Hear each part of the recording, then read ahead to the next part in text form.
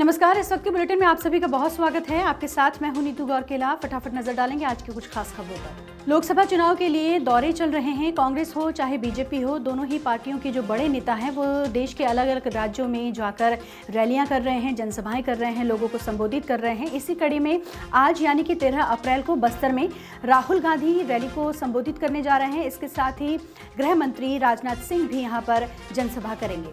छत्तीसगढ़ के बस्तर में आज राजनीतिक हलचल तेज होने वाली है। लोकसभा चुनाव की तारीख सामने है। ऐसे में बीजेपी कांग्रेस दोनों पार्टियों के स्टार प्रचारक आज एक साथ बस्तर पहुंच रहे हैं। केंद्रीय मंत्री राजनाथ सिंह, मुख्यमंत्री विष्णुदेव साय भाजपा के लिए जनसभा करेंगे। वहीं राहुल गांधी का बस्तर, कवासी, लखमा के पक्ष में प्रचार करना है। लोकसभा चुनाव के लिए रक्षा मंत्री राजनाथ सिंह 13 अप्रैल को बस्तर और कालंकेर लोकसभा क्षेत्र में आयोजित आम जनसभा के माध्यम से हुंकार भरेंगे। वहीं कांग्रेस के पूर्व राष्ट्रीय अध्यक्ष राहुल गांधी भी बस्तर में ही चुनावी सभा को संबोधित करने जा रहे हैं। देश में लोकसभा चुनाव होने वाले हैं। ऐसे में कांग्रेस हो चाहे बीजेपी हो, जीत दर्ज कराने के लिए एड़ी चोटी का जोर लगा रहे हैं। देश के प्रधानमंत्री नरेंद्र मोदी लगातार अलग अलग राज्यों में जनसभाएं कर रहे हैं। इसी कड़ी में 12 अप्रैल को उधमपुर वो पहुंचे। यहां पर उन्होंने जनसभा को संबोधित किया। इस दौरान जहां उन्होंने कांग्रेस पार्टी पर जमकर निशाना साधा, तो वहीं उन्होंने कहा कि जम्मू कश्मीर को राज्य का दर्जा दिया जाएगा। पीएम मोदी ने उधमपुर में कहा कि वो समय दूर नहीं जब जम्मू कश्मीर में भी विधानसभा चुनाव होंगे, इससे वापस राज्य का दर्जा मिलेगा। मोदी ने राहुल गांधी और लालू परिवार पर बिना नाम लिए निशाना साधा। उन्होंने कहा कि ये लोग सावन के महीने में मटन बनाते हैं, इसका वीडियो जारी कर देश के लोगों को चिढ़ाते हैं। ऐसा करके मुगल मानसिकता के ये नेता देश के लोगों को चिढ़ाना चाहते हैं। दरअसल 7 महीने पहले सावन में राहुल गांधी ने लालू यादव से मटन बनाना सीखा और इसका वीडियो अपने सोशल मीडिया पर 2 सितंबर 2023 को शेयर किया। इसके बाद से ही ये चर्चा काफ़ी बनी रही कि सावन के महीने में मांस क्यों खाया जा रहा है। इसी को लेकर प्रधानमंत्री नरेंद्र मोदी ने उधमपुर में निशाना साधा, न सिर्फ कांग्रेस पर बल्कि लालू प्रसाद यादव पर भी। बढ़ते आगे बात करेंगे राजधानी दिल्ली की। राजधानी दिल्ली की सियासत इन दिनों काफ़ी चर्चा में है। चर्चा में इसलिए कि जहां मुख्यमंत्री अरविंद केजरीवाल जेल में बंद हैं, उन पर शराब घोटाले का आरोप लगा है, तो वहीं दूसरी ओर आम आदमी पार्टी के जो मंत्री हैं वो पद से इस्तीफा दे रहे हैं। जी हाँ, सही समझ रहे हैं, बात कर रहे हैं राजकुमार आनंद की। राजकुमार आनंद ने अपने मंत्री पद से इस्तीफा दिया, लेकिन इसके बाद उनका एक बयान सामने आया है जिसमें वो साफ कहते हुए नजर आ रहे हैं, मैंने सिर्फ मंत्री पद से इस्तीफा दिया है, लेकिन राज्यसभा का सदस्य मैं अभी भी हूँ। अगर उनको लग रहा है, यानी कि उन्होंने सीधे तौर पर आम आदमी पार्टी पर निशाना साधा। उन्होंने कहा कि अगर उनको ऐसा लग रहा है कि मैं राज्यसभा की सदस्यता से भी इस्तीफा दे दूं, तो ये करने को भी मैं तैयार हूँ। सुनिए आप। देखिए, ऐसा होता है कि जब मैंने इस्तीफा दिया मंत्री पद से, तो मैं चाहता तो विधानसभा की सदस्यता से भी इस्तीफा दे सकता था, लेकिन फाइनली मेरे एरिया के लोग, पटेल नगर के लोग मुझे बहुत प्यार करते हैं। मैंने यही सोचा कि उन सबसे पूछकर उनसे एक बार सलाह कर ली जाए ग्रुप्स में कि भाई हमें इस्तीफा देना चाहिए या नहीं देना चाहिए। अगर वो कहते हैं दे देना चाहिए, हमें राजकुमार आनंद जैसा विधायक नहीं चाहिए, तो बिल्कुल मैं उसी समय इस्तीफा देने को तैयार हूँ। और वो लोग कहते हैं नहीं, आप जब तक अगला इलेक्शन ना हो आप इस पटेल नगर की व्यवस्था को संभालिए, हमारे काम करिए, तो मैं इसके लिए भी तैयार हूँ। मैंने मुख्यमंत्री आवास पर भिजवाया अपने कैंप ऑफिस के थ्रू, और उनको मिल गया है उनको। मेरे को अभी तक तो कोई कम्युनिकेशन आया नहीं कि एक्सेप्ट हो गया, नहीं हुआ, क्या हुआ, एक्सेप्टेड ही है। और जैसा कि आपने कहा कि असेंबली स्पीकर का कहना है कि उनको कोई रेजिग्नेशन, अगर आप इतना टाइम, मैं तो खुद कह रहा हूँ कि सदस्यता से, विधानसभा की सदस्यता से मैंने अभी इस्तीफा नहीं दिया है, क्योंकि मैं अपने इलाके के लोगों से पूछना चाहता हूँ। वो अगर कहेंगे कि इस्तीफा दे दो, तो मैं बिल्कुल इस्तीफा दे दूंगा। वो कहेंगे इस्तीफा मत दो, तो मैं इस्तीफा नहीं दूंगा। और जैसे ये आम आदमी पार्टी का कहना है कि मोदी पर ईडी के प्रेशर में आके आपने रिजाइन करा, इसमें आप क्या कहना चाहिए?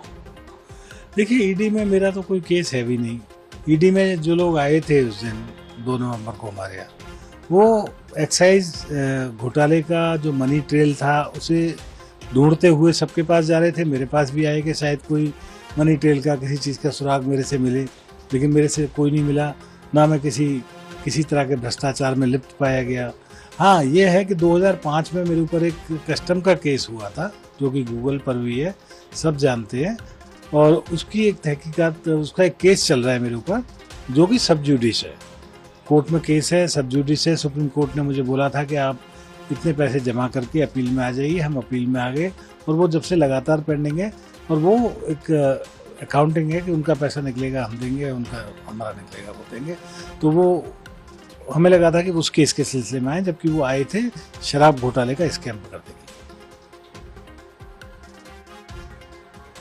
दूसरा, आपने जैसे पूछा कि बीजेपी इसकी एक वजह है इस्तीफे की, कि बीजेपी के दबाव में आकर, तो मैं आपको ये बता देना चाहता हूँ आपके माध्यम से कि मैं किसी पार्टी में अभी तक मैं ना गया हूँ ना सोचा हूँ, लेकिन हाँ, मैं बाबा साहेब डॉक्टर भीमराव अंबेडकर का सिपाही हूँ। अपने समाज जिसने मुझे यहाँ तक पहुँचाया, मैं अपने समाज के लोगों से लगातार डिस्कशन में हूँ, उनसे बात कर रहा हूँ। अगर वो कहेंगे किसी पार्टी में जाने की ज्वाइन करिए तो मैं जाऊँगा, नहीं कहेंगे तो मैं नहीं जाऊँगा।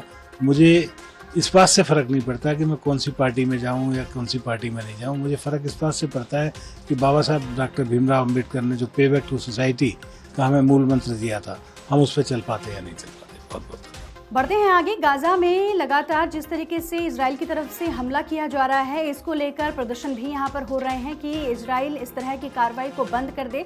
लेकिन इसी बीच एक खबर निकलकर सामने आ रही है, वो ये कि इजराइल पर ईरान हमला कर सकता है।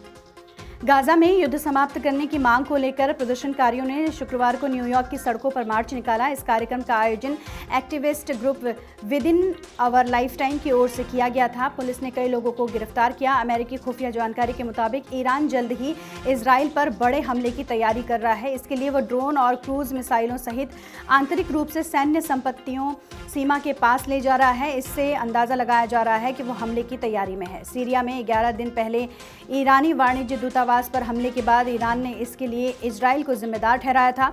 इसके बाद से ही आशंका जताई जा रही है कि तेहरान जल्द ही इजराइल पर हमला कर सकता है।